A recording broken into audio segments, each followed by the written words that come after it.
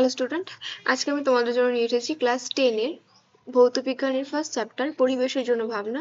এখান থেকে কিছু শর্ট কোশ্চেন। দেখো, ফার্স্ট কোশ্চেন, বায়ুমণ্ডলের কোন স্তরকে ক্ষুব্ধমণ্ডল বলে? এটার আনসার হবে ট্রপোস্ফিয়ারকে ক্ষুব্ধমণ্ডল বলে, কারণ যেহেতু এই স্তরে ঝড় বৃষ্টি হয় সেই কারণে। ট্রপোস্ফিয়ার ও স্ট্র্যাটোস্ফিয়ারের সংযোগস্থলকে কি বলে? Answer tropopause. জেট প্লেনগুলি কোন স্তর দিয়ে চলাচল করে? স্ট্র্যাটোস্ফিয়ার দিয়ে।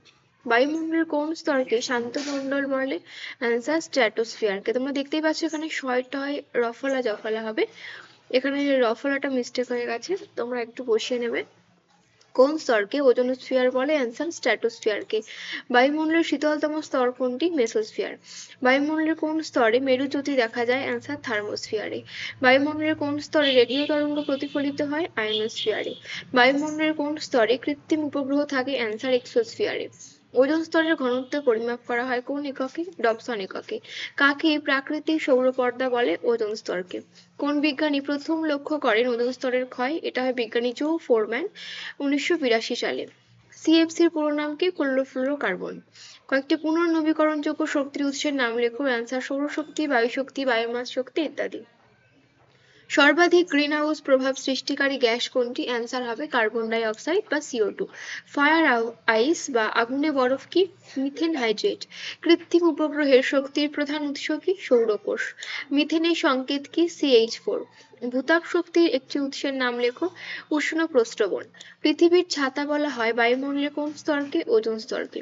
জীবাশ্ম জ্বালানির দহনে প্রকৃতিতে কোন গ্যাসের পরিমাণ বৃদ্ধি পায়? Carbon die oxide gas. এমন একটি শক্তি উৎসের নাম লেখো যেটি স্থিতিশীল উন্নয়ন ও বৃদ্ধির জন্য ব্যবহার করা হয়। সৌরশক্তি।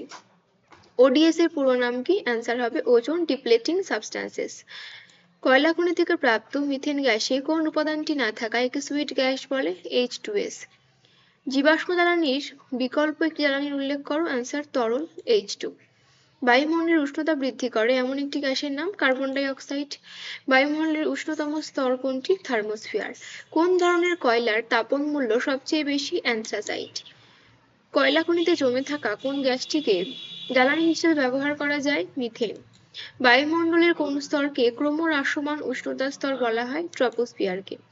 এলপিজির প্রধান উপাদান কি? বিউটেন। কোলবেট থেকে কোন জ্বালানি গ্যাস আহরণ করা হয়? মিথেন। সৌরকোষে ব্যবহৃত মৌলের নাম লেখো। অ্যান্সার হবে সিলিকন। বায়োগ্যাসের মূল উপাদান কোনটি? CH4। বায়ুমণ্ডলে থাকা কোন গ্যাস অতিবেগুনি রশ্মি শোষণ করে? Answer ozone gas. আজ এই পর্যন্তই। ভিডিওটি ভালো লাগলে অবশ্যই লাইক, শেয়ার, সাবস্ক্রাইব করো, এবং যদি তোমাদের প্রয়োজন হয় আর অন্য কোনো বিষয়ের, তাহলে সেটাও তোমরা কমেন্ট বক্সে কমেন্ট করে জানিও। আমরা চেষ্টা করবো সেই ভিডিওটাও আপলোড করার।